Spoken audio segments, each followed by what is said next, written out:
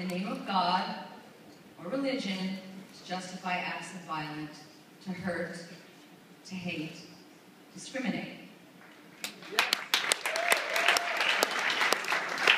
I think you get my point of view, and I realize that everyone in this room is pretty much on the same page as me. Banana! Anyone out there sitting on a fence still? A sharp fence, I hope.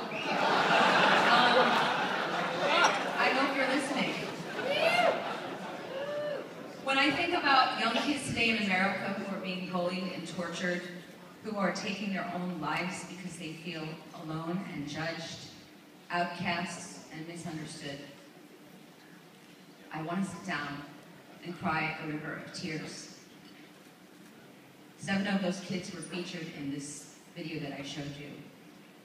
I have teenagers of my own now, and the idea of them or any young person experiencing that kind of pain is unfathomable to me.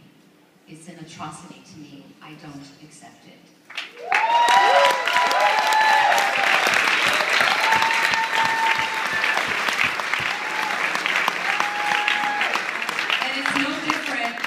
It's no different than a white supremacist hanging a black man from a tree before the civil rights movement. It's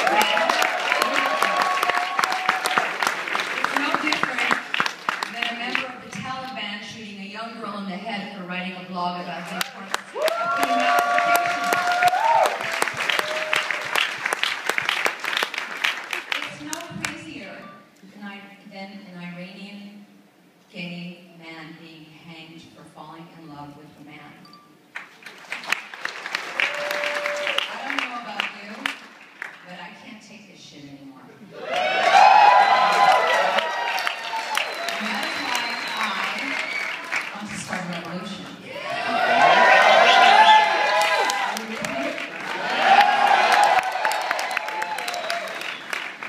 It's 2013, people. We live in America. Land of the free and home of the brave? That's a question, not a statement. But I do love that word brave. I don't fling it around very often. I don't know a lot of brave people. In the song you just heard, I sing the line, "It's so hard to find someone to admire." And that is the reason I am here. To give an award to someone I admire.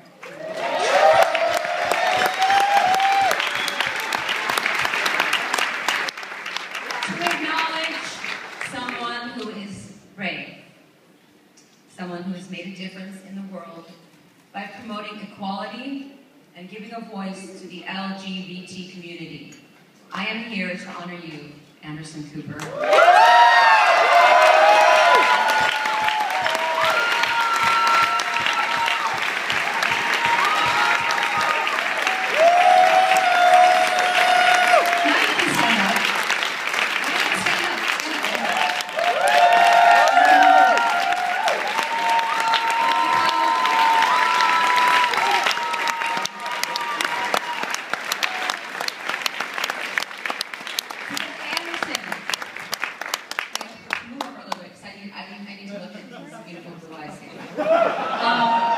You are not afraid to stick your neck out. Take it on the chin. You stand up for the rights of others, and you say, "This is who I am. Like it or not. Love me or leave me, but I'm never going to stop." Sorry to quote another one of my songs, but you do like my music, right? Go Mad! I did see you in the front row at Yankee Stadium, and the Stade de France, and Madison Square Garden. Okay. Anderson, you're intelligent. You got booed. You're gorgeous. You look great in a suit. Shh, don't talk. I'm doing this. Is the important. This is the. No, this is not the dance part. I wrote this though. Nobody wrote my copy, okay? No one can write my copy.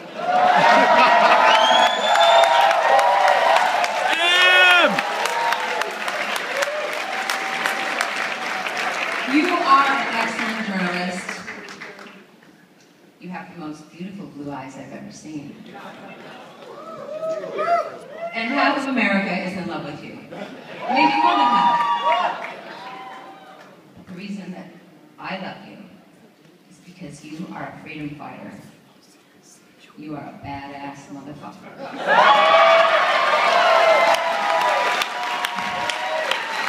And you are brave. And the world needs more people like you. Okay? Amen.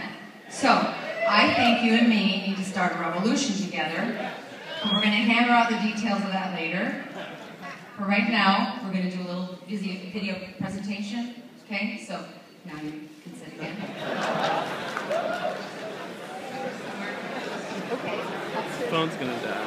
Mine's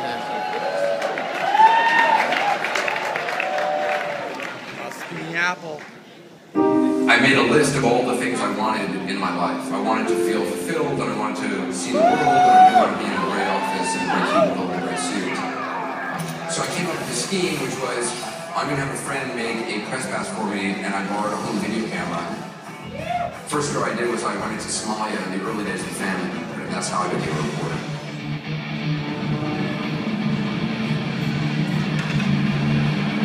To me, being out in the field is really the most exciting thing. Time is short, though. 2/3 of this biological preserve have already been destroyed. Just remember, if I get even, just keep rolling. You're reminded of what it is about reporting that is great and what you love about reporting. Knowing that was 10 shocking images from New Orleans. The story's happening all around you, and you're in the middle of it. It's become kind of a free-for-all. Suddenly a man jumped out of the crowd and tried to grab Yale's cameras. That's when all the hell broke loose. I don't believe in getting the stories out of my head. I don't believe in coming back and trying to be able to sleep well at night. I've never seen anything like this. Look at this. It is just complete devastation. To me, they're not stories. I mean, these are people who often end up dead or whose lives have been unbelievably tormented. All the kids that you see behind me are kids who took their own lives because they were bullied. Some of his peers called him faggot or called him just anti-gay slurs. A college student who's living through what you'd probably call a nightmare, targeted online and up close for attacks, called a Nazi, and worse, singled out for his sexuality, not by an ordinary bully either, by a state law enforcement official, an assistant attorney general in Michigan. I gotta ask you, I mean, you're a state official, this is a college student, what are you doing? This is a political campaign. This is nothing personal against Chris. I don't know Chris. It's nothing personal. You're outside his house, you're videotaping his house, you're shouting him down at public events. Stalking his own strong and others, creating this ugly hate speech that he said around. Why are you speaking out now? I felt that, like seeing these kids, I feel like they need to take their life. It's important to understand that things can get better, and it's important to know that you can reach out. Don't speak to me this way. Don't ever let me say. Don't leave me again. Robbie used a webcam to spy on his roommate and was meeting in his room with a man. Clemente discovered the spy. Days later, he took his own life. He never really knew Tyler. Not the smart, kind, articulate, trustworthy, and dependable person Tyler was. All he found out was that Tyler was gay. We're going to show you what happened to a little boy who got enrolled in a government-funded study aimed at making effeminate boys more masculine. He actually ate his lunch in the boys' bathroom for 3 years, where he didn't have to put himself out there, even just to have a friend. We interviewed Craig's family recently. They say that the therapy you did with him as a child led directly to his suicide as an adult. What do you say about that? Well, I think scientifically that would be inaccurate. This was a little boy, and I don't want him to be remembered as a science experiment. I thought there was some legitimacy to this idea that I was an evil sinner who was going to burn in hell, and for years, I thought that God hated me. Build a great, big, large fence, put all the lesbians in there. Do the same thing with the queers and the homosexuals. And have that fence electrified so they can't get out. Is there anything Christian about that? I see nothing Christian about it and nothing American about it. Traditional marriage means respect for love and commitment and dedication and self to do someday, and they will be able to do it someday.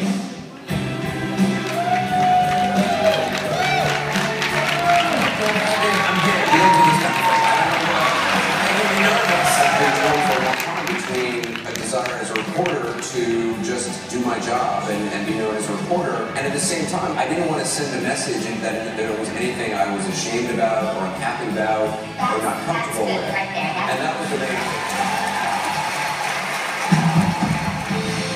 thing. It does me no good to think about myself